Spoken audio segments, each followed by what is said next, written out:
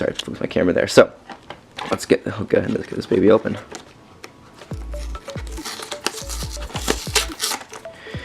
I'm really terrible at opening boxes, so forgive me. I'm really what you do get in this box so far is you do get a of course a paper playing mat, and I really wish that they'll someone will, or I don't know, start off with books a little bit more in case you guys can see that better. So we have Ether the Heavenly Monarch, and I won't be explaining this deck too much now. I'll go into the plays and what these cards do individually a little bit later when I do the deck profile again, just so. I'm just going to do a little brief description, so I'll zoom in there so you guys can see it. When a monster effect is activated, that activates when a monster is normal summon, you can negate the activation, and then the player whose effect activation was negated draws one card. So, oh my goodness. All right, first things first, you got to learn how to focus a camera. Yeah, I do. How many times? That 12 times in 2 minutes. This guy had to change it. In the commentary, I couldn't. Oh my goodness. But anyways, guys, if you kind of like that, if you thought it was funny, you thought it was all right. Hey, you know what? We'll put the channel link in the description below for the video. If you want to go have a good laugh, coming home from a stressful day from school or whatever, just pop it on, have a good laugh at me. It's okay. But again, so it's Old New Games 101. Check it out. We hope you guys like it. We'll be posting kind of mostly card games and board games and video games and all that good stuff. But well, we're going to be posting what the channel is called, Old and New Games. Exactly. So if you guys like it, feel free to check it out. But without further ado, we'll get more into the rest of the show.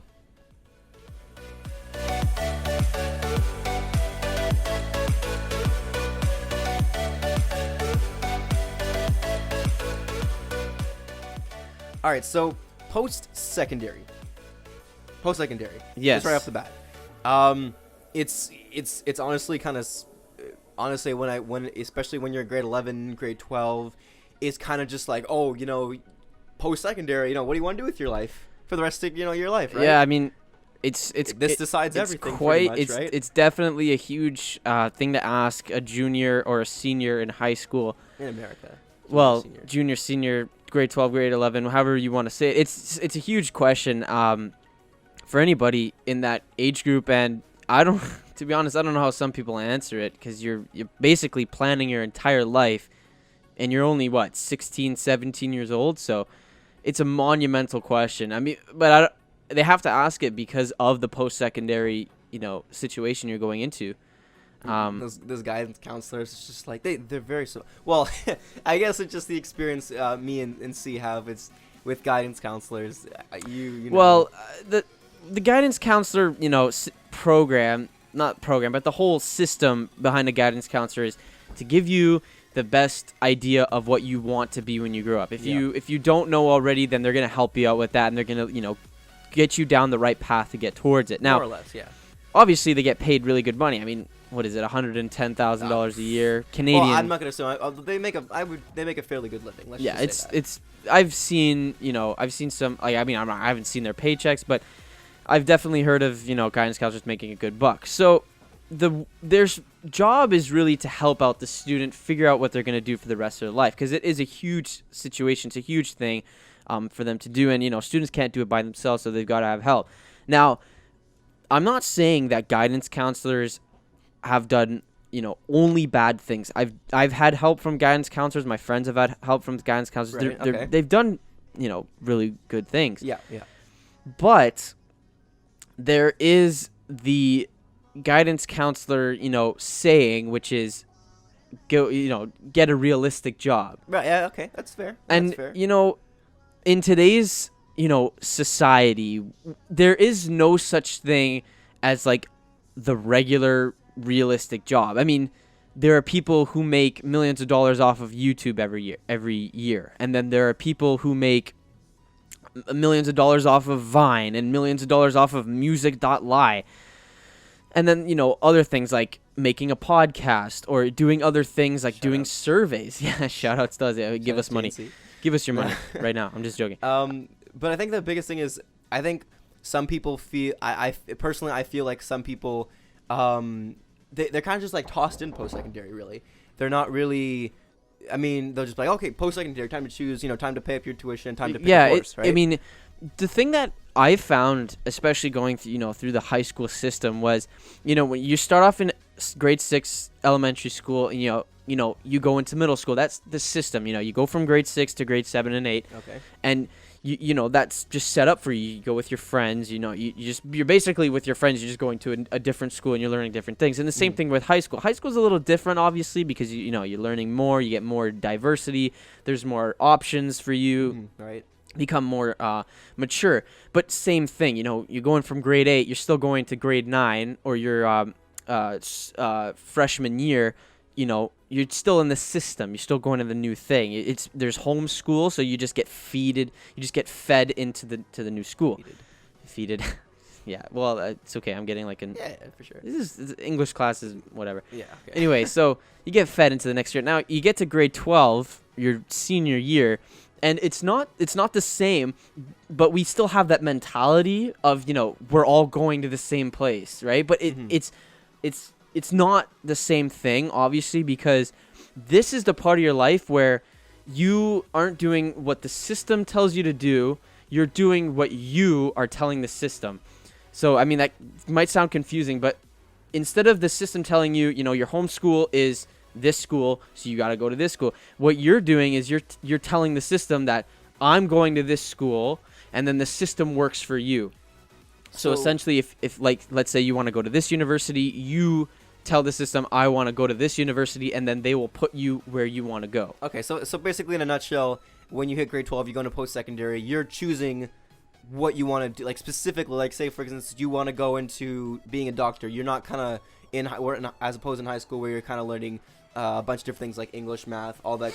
Yeah, stuff, definitely right? go into more specifics as you go into post-secondary, Yeah. but it's more specific to what you want. It's not what the system builds you around, because you've already learned all that stuff. You don't need to go and learn grade 10 math that will help you towards a doctor if you want to become an engineer.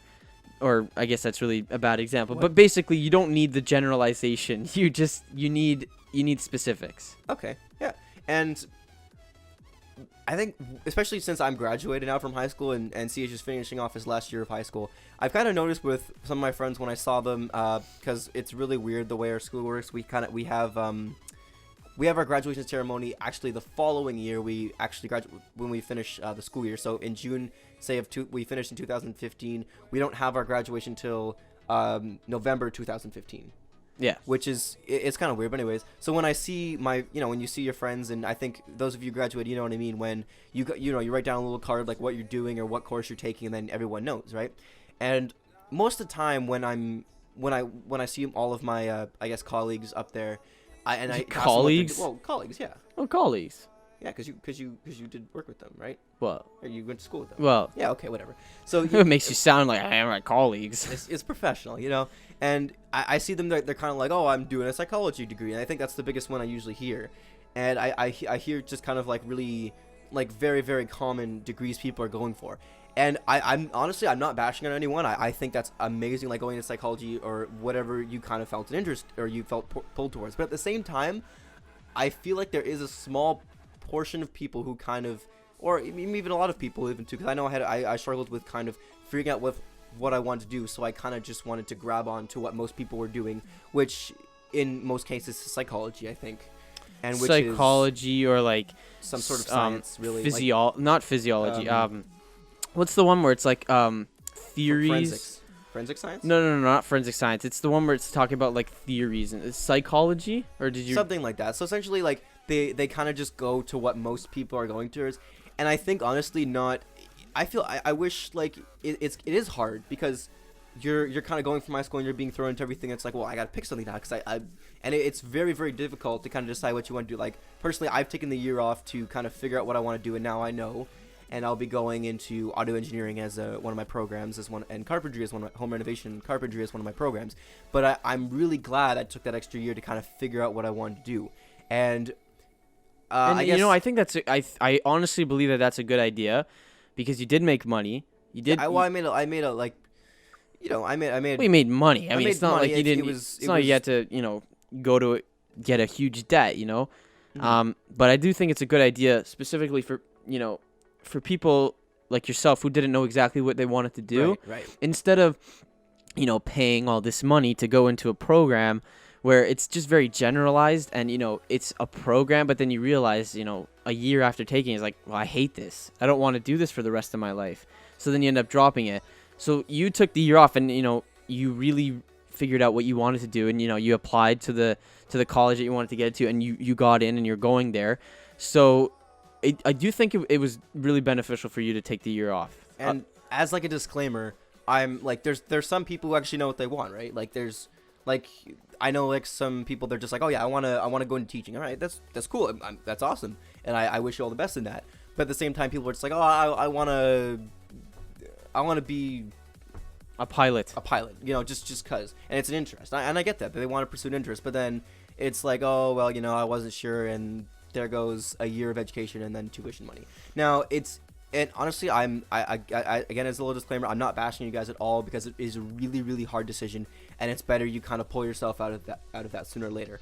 Now, going back to the fact of some people who want to take the year off, I think it's a great idea, somewhat biased because I did, and it's kind of really helped me find myself, and that's something I kind of want to talk about too. Finding yourself, it's really kind of tossed around very vaguely, but I want to hear like, what are your thoughts on like when you hear someone say like, I took the year off to find myself.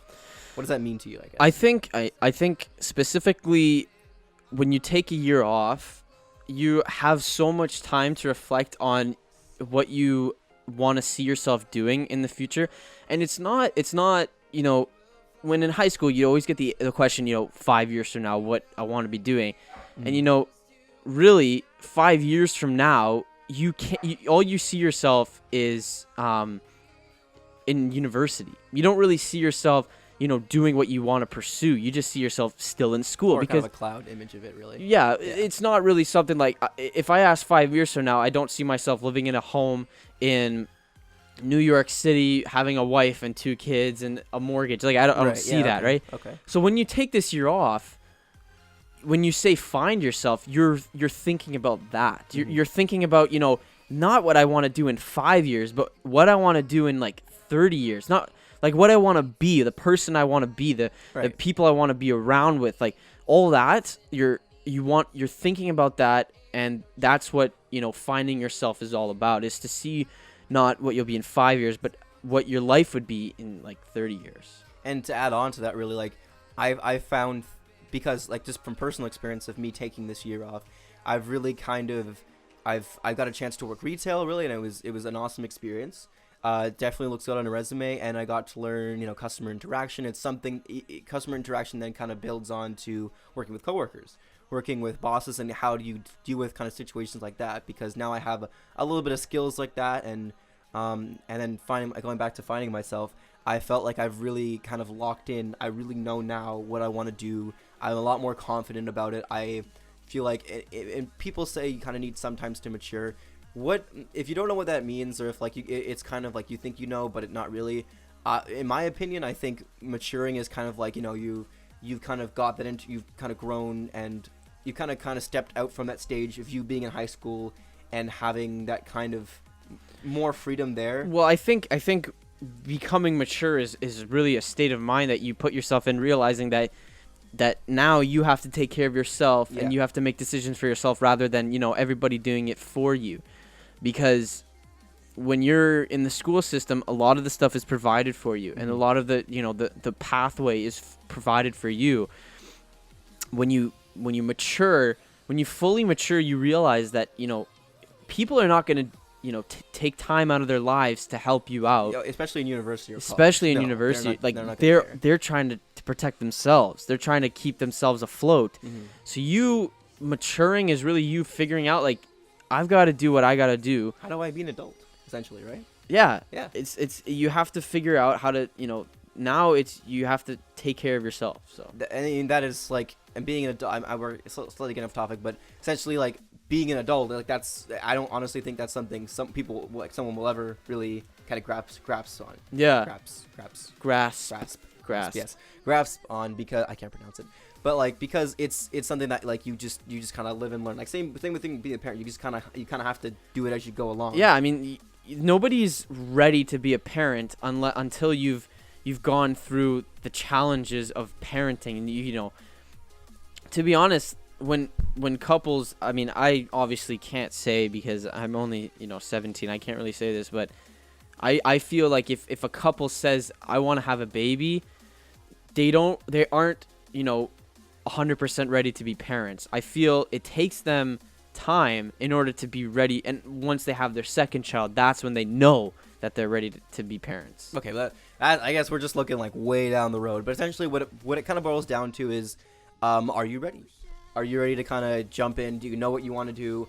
And if not, there's nothing wrong with taking a year off. I know some parents want to push you to go back in school, and but and then and that also comes with kind of maturing yourself and everything. It's like making your own decisions, being able to like learning how to support yourself, Yeah. and basic life skills like paying your bills and stuff like that. Like that's something I think I mean I can't say professionally, but like I've kind of got like a little bit of a taste of it, and it's good down the road. Now moving on to the next part of this is choosing the one that fits you. Now, in my opinion, I think I just want to touch on this briefly because there's something else I want to get into as well. But choosing the one that fits you is whether that's community college, university, or going into the workplace right away. Just touching on them very briefly. College, I feel, in my opinion, is kind of something if you kind of work better with your hands and that's disgusting. Anyways, you work better. No wonder there's so many guys in college. Anyways, keep it a PG-13, where you working with your hands, as in like I personally, like for instance, I stuttered a lot there. Wow. I'm trying to think what I'm trying to say now. I think what it really means, the difference between college and university, is when you're more of a book type of person, Yeah, that's and what you're I'm more gonna of say. you're more of Okay. an instruction based person rather than experience. So, obviously you do something 47 times. After the 47th time, you're gonna master it. Meanwhile, you've got a person who they'll read it 47 times and then they're a master at it. They're very different, and you can't like going through high school. They really focus on the books part, the university part. That's really what they focus on, because I just feel like it's easier. I think it's easier for the school to teach book wise than it is hands on wise. Yeah. I think it's easier just to hand you a book than rather take you in and teach you things. And it's they kind of lack a bit on, I guess, just for an example, like quote unquote the college side of learning, which meaning as in like the kind of the hands-on part of learning. Like you learn more academically, like writing essays, etc. And then as opposed to college, where you kind of like, it's like if you're a carpenter, for instance, like you get that piece of wood, you measure it, you size it, and you sand it and all that stuff. Like you don't really learn the hands-on part of, or if you're being a nurse, being a, just give me a couple jobs, I don't know. Well, I mean, A programmer. being a programmer is It's both. But anyways, don't dive into it too much into that. But just to clarify things. Also, you may be confused about how we're talking about university and college. I understand in the States, you guys consider it everything just being college. yeah, In Canada, there's a very huge difference between university and college. So, in Canada, we have Waterloo University, or University of Waterloo, or then we have Brown College. George Brown College. Right. So we definitely distinguish differences. I understand in the States you have like University of Colorado, and then you have other colleges like that are named the college. That But really confused me. Why do you have to do that in America? You're just making things more difficult in life. First, you guys go to the imperial system they're on? the imperial system, what did they do? Like No, like which mathematical system are they on? they're not on the metric system. The metric system They're on is the imperial system. probably They're not. They're just Like, different. why, guys? I gotta be so. No hate on my American friends though, but like, guys, come on. Anyway, Just make it easier for everyone. so when we talk about university college, we literally mean the name has Yeah. university in it, or the name has college in it. So But anyways, when it boils down to it, are you actually ready for post-secondary? And if so, which one do you think was to fit you? The one that's a bit more hands-on. You think you want to get your shot at college, or do you want to hop into university and grab a degree? I mean, I know some people go to college first and then go to university to advance their certification or their regular, I think it's diploma or whatever. And then some people go to university and then go to college to get the hands-on experience. So, and then there's always the workplace. there's nothing wrong with jumping right into the workplace. If you're for sure like I wanna go retail, I want to work my way up a business chain. But whatever you do, I just as personal from me to you, a little bit of love. I just really hope you guys just really think about it. Don't rush into it. It is something that's gonna affect you guys. And I know a lot of friends who look back on their lives and who are a lot older than me, and they look back and be like, "Gee, I wish I could have done this over and over correctly." Definitely. Right? So, but anyways, guys, just think about it. Really, just ask yourself some basic questions. Am I ready to kind of take on this whole it's a whole other challenge really to jump into And that. also, continuing on with what we want to talk about, another question you can ask yourself is, do you even really want to go to post-secondary? Yes. Not choosing the difference between college and university, but actually choosing just the difference between post-secondary and no post-secondary. So we'll talk about that. We'll go through the wastelands, through the highways, till my shadow turns to sun rays. And on we'll go through the wastelands, through the highways, and on we'll go.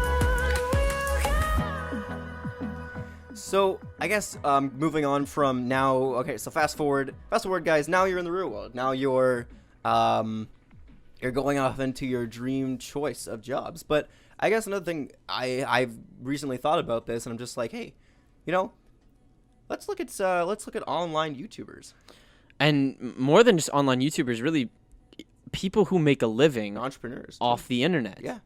It's a huge thing that, and only in our society, in our modern society, in like the probably early 2000s till now, that this has started happening, because it never happened before. This is completely new.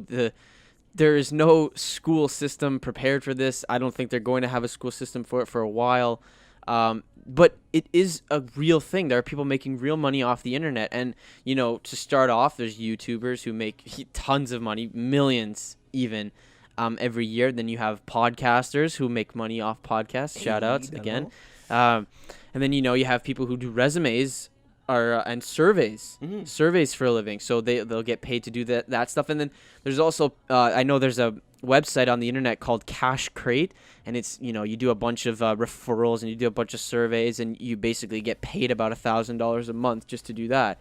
So that can help towards some other things. So there's a lot of things that you can do on the internet to get paid and, make a living off the internet, but they don't have those, courses at school. There's no course in high school that says YouTube 101, where there's a person who comes in and teaches you, all right, if you want to become a YouTuber, this is what you do. Even in, post-secondary, there is no course that's for, vlogging or podcasting. There's no course for that. You really have to learn that on your own. So it's definitely something that is an option, but it does take a lot of commitment. Notice how we haven't posted a podcast in a long time. My bad. Is just a clear example of why most people are not successful.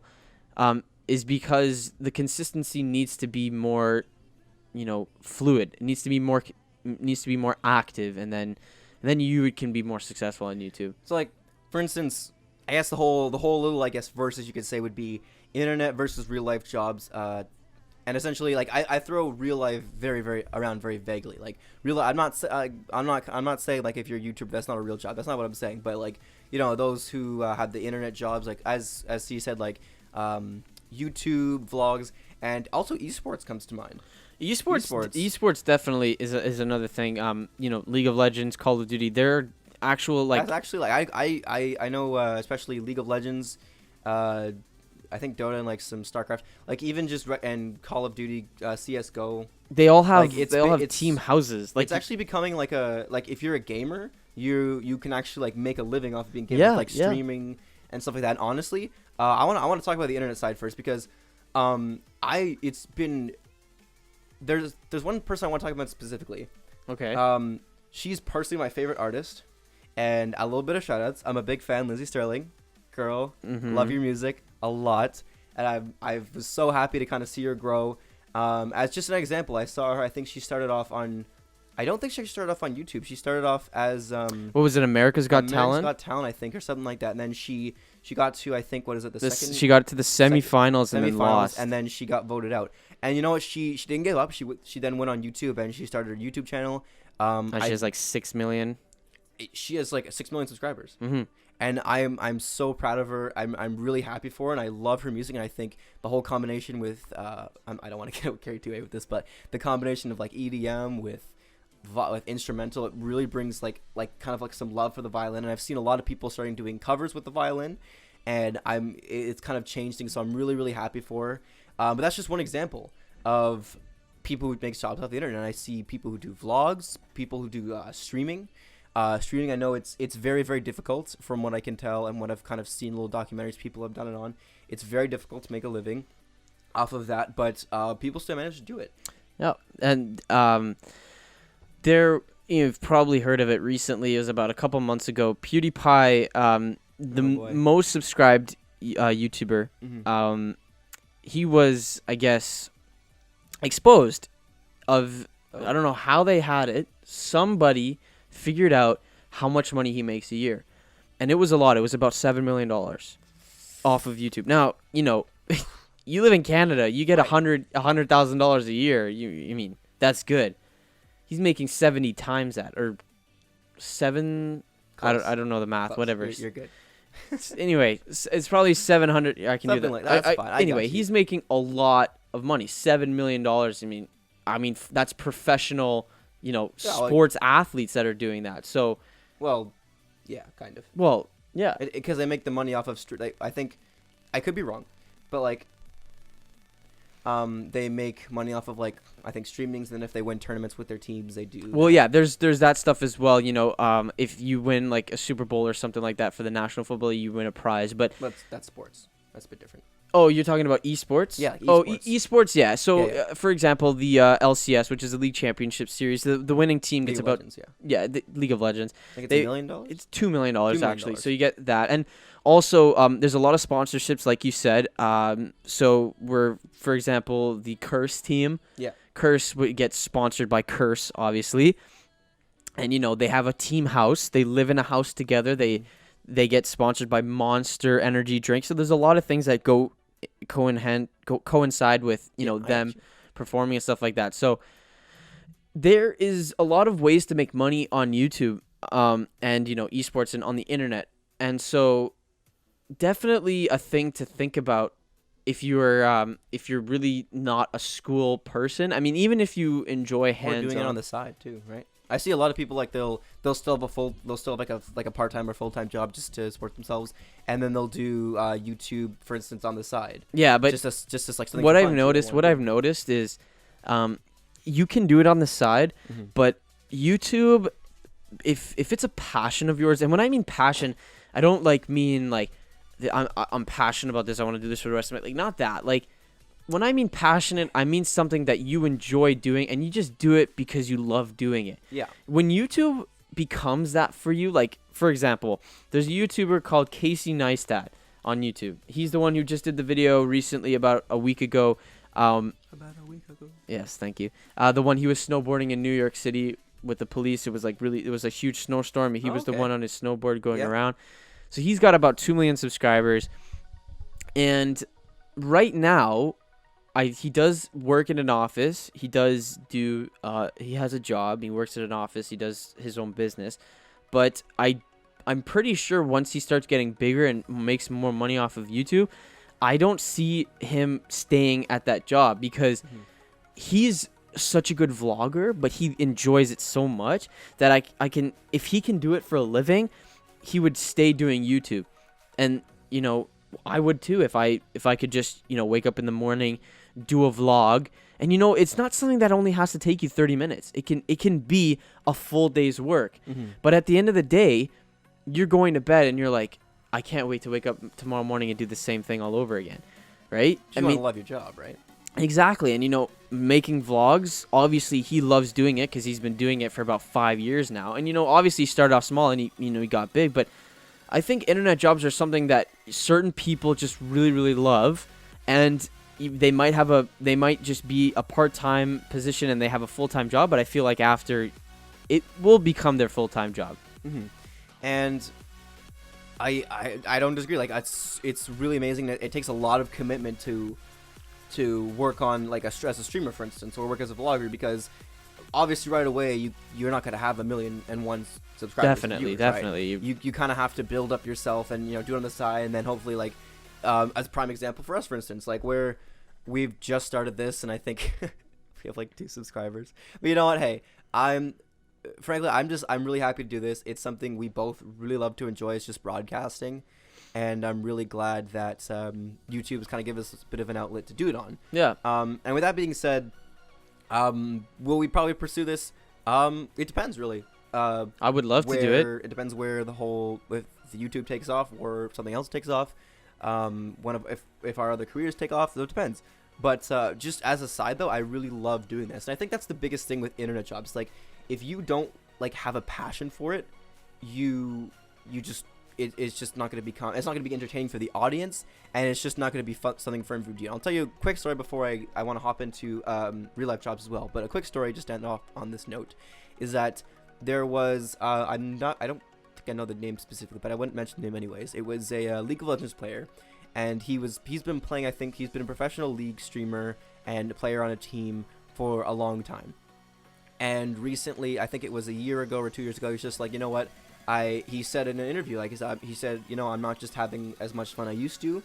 I'm not enjoying myself as much, and I haven't been just taking my cares of myself as well as I should be. Yeah. And so then he's like, you know what? I want to go, and he's like, I'm gonna go back to school. I'm gonna support I'm engaged now. I'm gonna pursue that. So it's at the end of the day, it's like if you have to really keep on that passion. And the minute you lose the passion, the minute it's not gonna only just suck for you, but the viewers, because definitely you can pick up on the energy of someone if they don't like what they're doing. Yeah, I mean that's the whole point. You gotta love what you're doing. So exactly.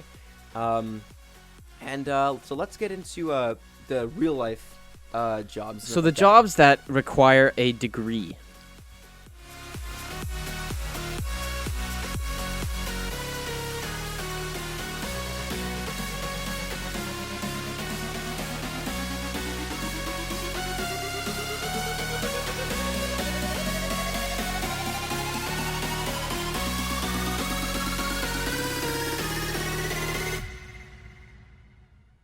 Sorry, I just like doing that because I love the music. Yeah. From No Copyright Music. I actually really like that. But anyways, real life jobs.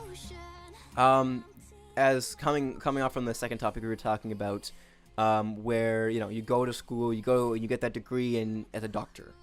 You work really hard for that degree and you pay a lot of money into it.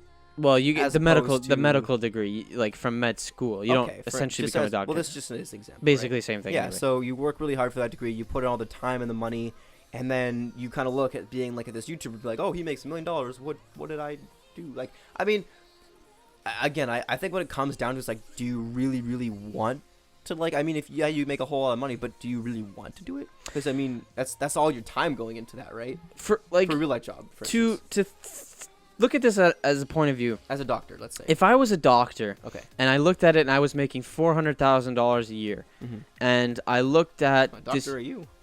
Well, a pretty good, like a pretty a brain good doctor. surgeon? It's okay. $200,000 a year. All right. Let's make it reasonable. Okay.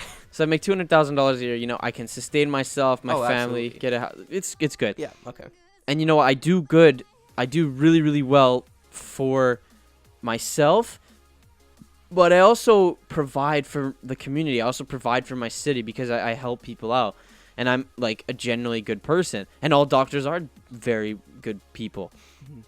And then I, take a look at this guy that my son is watching. And I look at him and, he's young. He's got blonde hair. And he's really loud and he swears and he does all this stuff. And I see that he's making, 70 times what I'm making. Salty.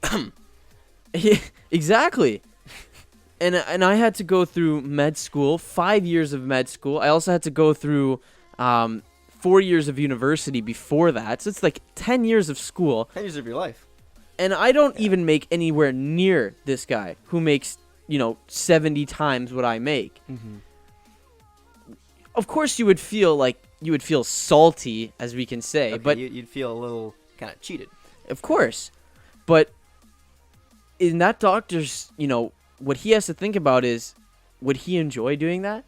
Mm-hmm. The money's great, but he loves being a doctor, or I love being a doctor. I love helping people. I love, caring and taking care of people. And you know what? I hate playing video games. I hate talking to a microphone. All right, yeah. So, that would be completely perfect for PewDiePie, but not perfect for this guy. So it really has to come down to what you would love doing. So I'm kind of assuming that the blonde guy, young guy, was kind of targeting towards him. Okay, well, the only reason I'm saying PewDiePie, look, I watch his videos. I'm not Okay. trying to hate on him. I'm just using as an example because he does make the most money off of YouTube. I could have used anybody else, but it's just because he makes the most. Yeah, oh, it's all good. I'm just Okay, messing with you, but- PewDiePie's amazing. Like, he's so good. But I think just ending off on this note, I think when it comes down to it, internet versus real jobs, again, kind of vaguely, but I think do what you really want to do.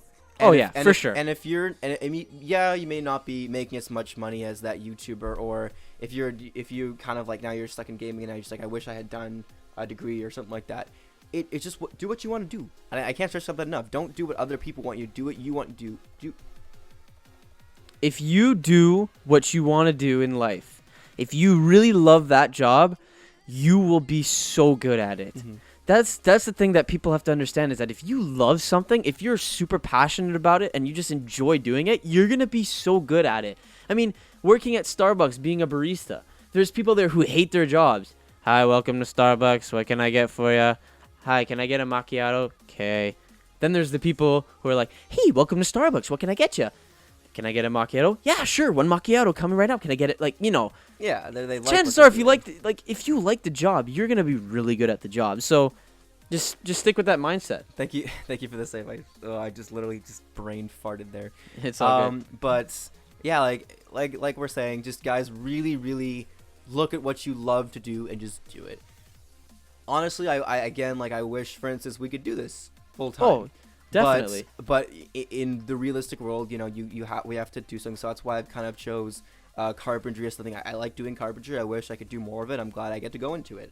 And I think you're doing computer programming. Computer science and sports media. They're very different, but And I mean, hey, it's something you can kind of get, and it's income until like maybe the YouTube thing takes off, and then you can still do it on the side. So there's always different possibilities. Like if you can't do what you want right away and you can't make a living, do it on the side. Pursue it. For instance, like we're pursuing we like broadcasting. We love to do the podcast, and we hope you guys like it too. And with that being said, that actually ends the episode number 3. that actually does end the episode number It does. 3. It's been a long time since we've actually said that, but Yes, it it has. feels good to say we've finally finished a podcast. Well, Done an episode.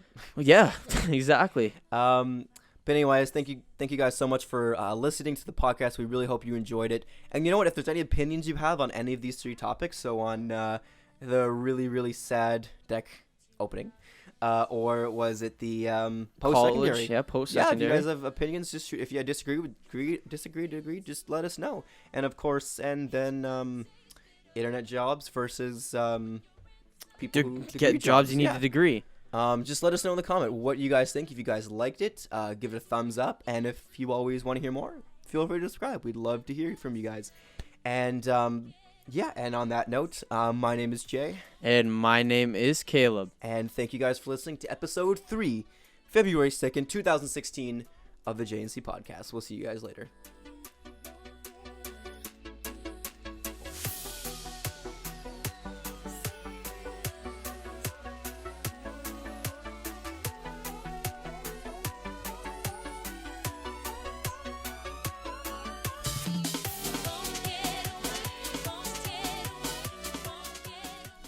All right, so if you're kind of those lucky people who love to stay till the very end of the video, if you're just kind of have this on your playlist, there's just a few updates I want to mention just briefly here, since it's the end of the episode.